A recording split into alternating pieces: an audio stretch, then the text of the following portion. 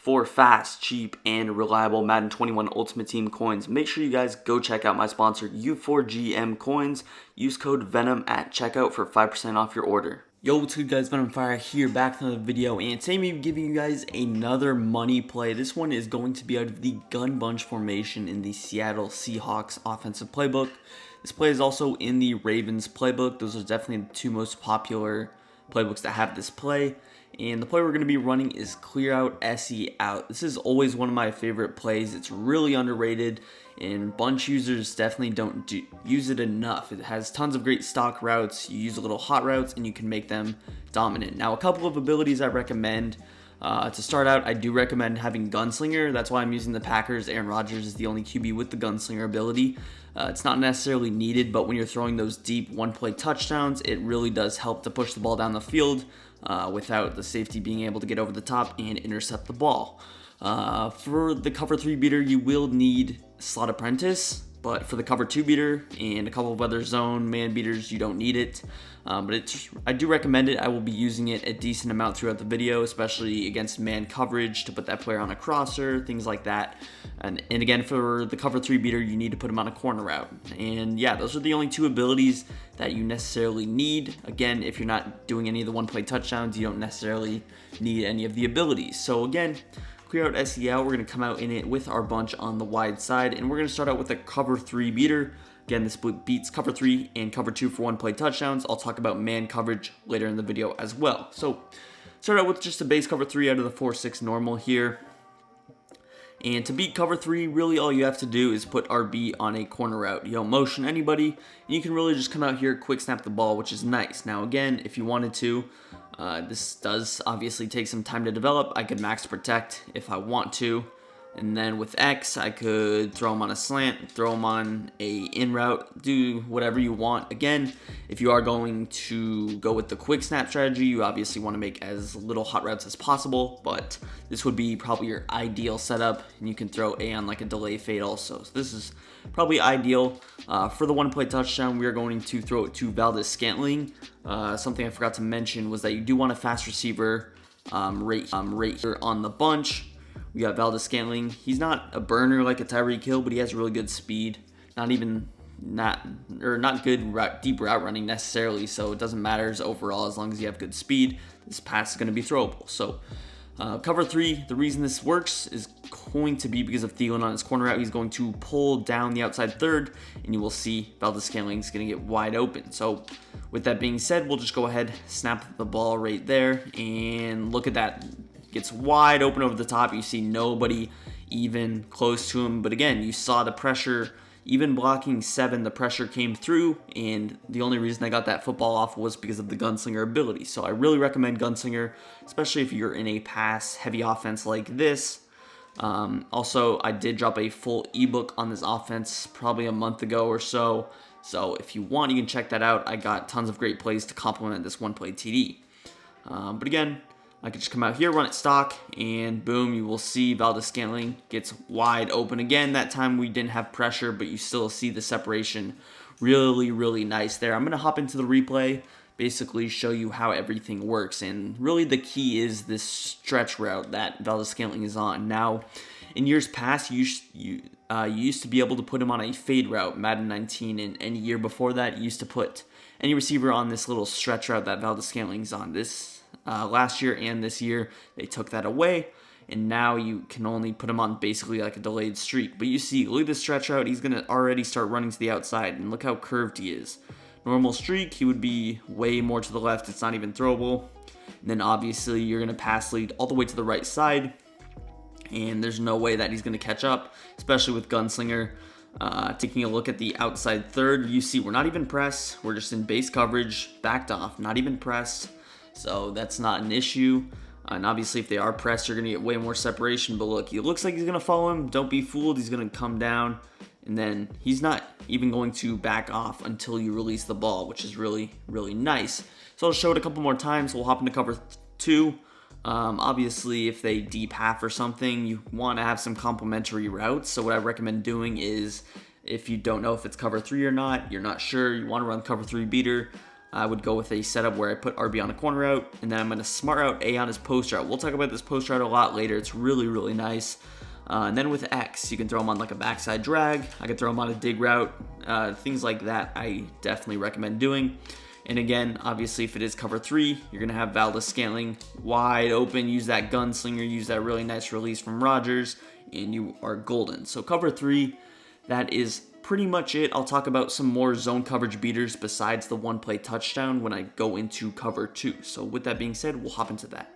Here we are in a base Tampa 2 defense out of the nickel normal formation. Again, it's going to be stock cover 2. This setup's going to be a little bit different. Now, I could just run this relatively stock and Valdes-Scantling will get open, but there's going to be a trick.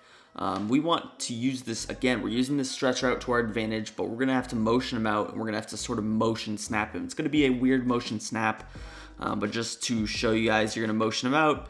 You're going to wait for him to get set, and oh shoot, I actually messed it up because the camera got a little bit zoomed out. So you're going to motion him out, wait, and then you can snap the ball like that. So he's in motion still when you're snapping it, but he's almost set. And then you're just going to pass lead to the right, and then just possession catch on the sideline. Now, this is obviously just stock, so it's not going to be a touchdown, but it is still going to be 30 plus yards. I'll show it again, just stock. You're going to motion Valdes-Scantling out.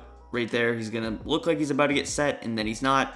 Pass lead right, and right over the top, it's going to be completed. But you notice, how is it going to be a touchdown? The safety is really close.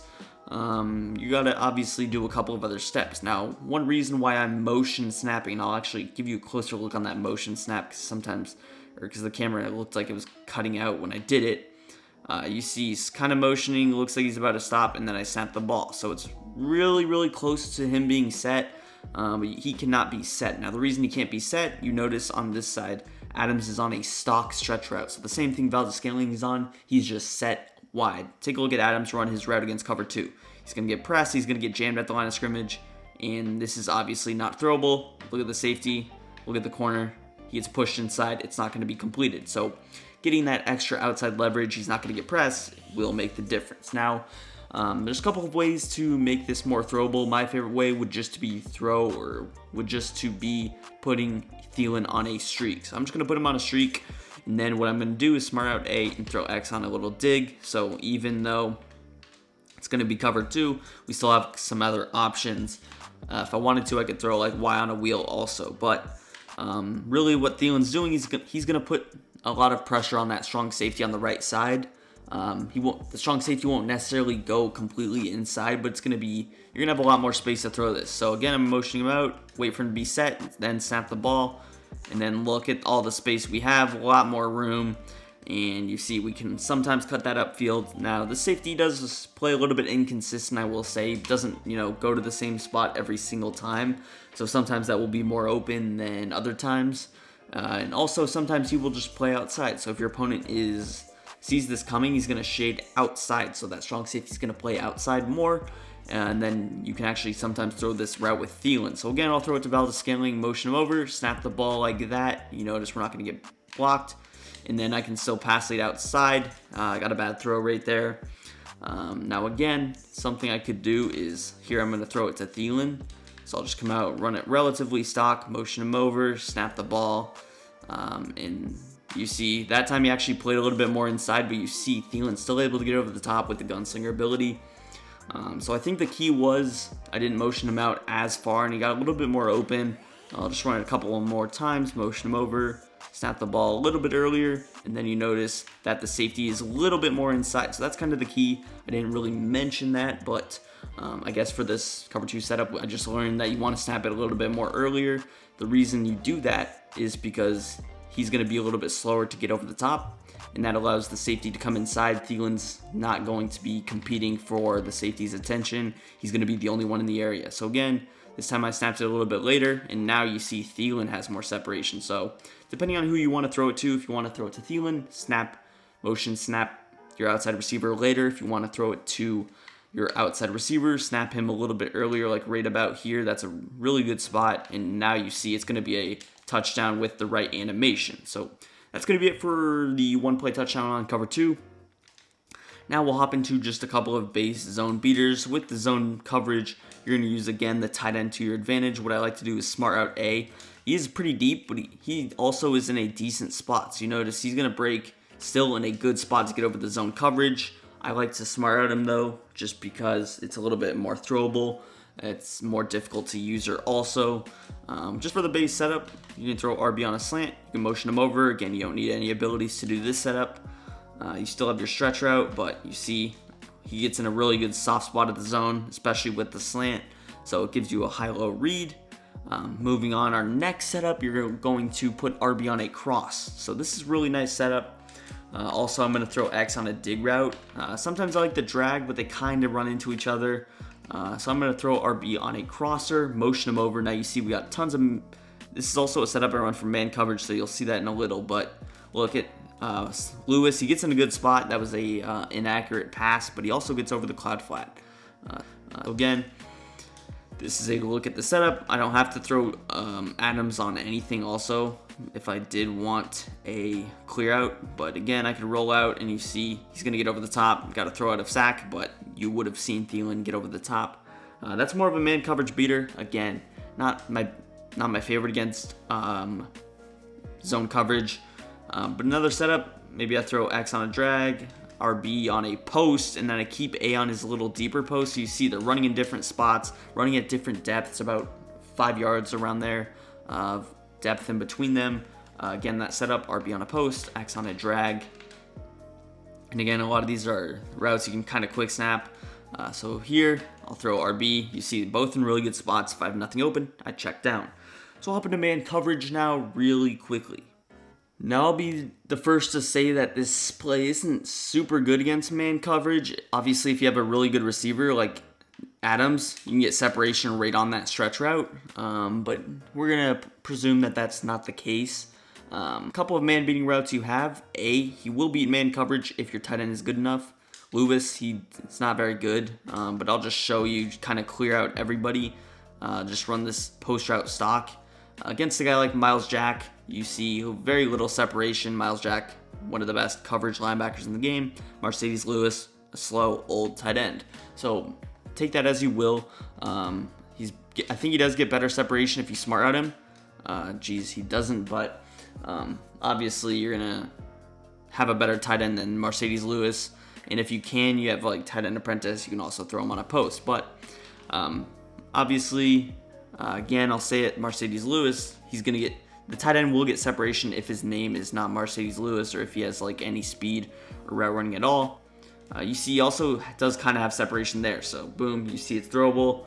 And really what helps it be throwable, I think, is the motion. So when I motion over, you see it was a little bit more open. You see I'm going with the exact same setup with RB on the crosser. And the crosser, again, gets separation even with Thielen, who is pretty slow. Or I guess it didn't get separation that time. Well, we caught it, but usually you'll get separation. I should have traded someone faster over. Thielen is definitely not a good example for this, but again, motion him over. You can throw X on really whatever you want. I could also throw B on like a zig. Maybe I keep X on his clear out. You can mix in things like this. Nice little man beaters. So you see B gets separation. There we go. Now we got the separation that he was set. Drops the ball, of course. But yeah, usually A gets separation, especially if it's going to be on a linebacker like Miles Jack. In this case, he's going to lose that every time. But usually if you have like Kelsey, Kittle, even Ertz, you see sometimes we still are getting separation. And he I think that was a catch, I don't even know. But you saw he had separation even with a really slow route, terrible route running tight end. So take that as you will, just giving you guys a couple of ideas with it. And again, I could always run the slant to zig, something like this. And again, if I have tight end apprentice, I could throw him on a crosser or a post route. That's going to be better against man coverage. So that's going to do it for the video. If you guys enjoyed, follow me on Twitter. Link will be in the description. Also, hit that like button. Subscribe to the channel if you are new. We are on the road to 12,000 subscribers. And peace. I'm out of here.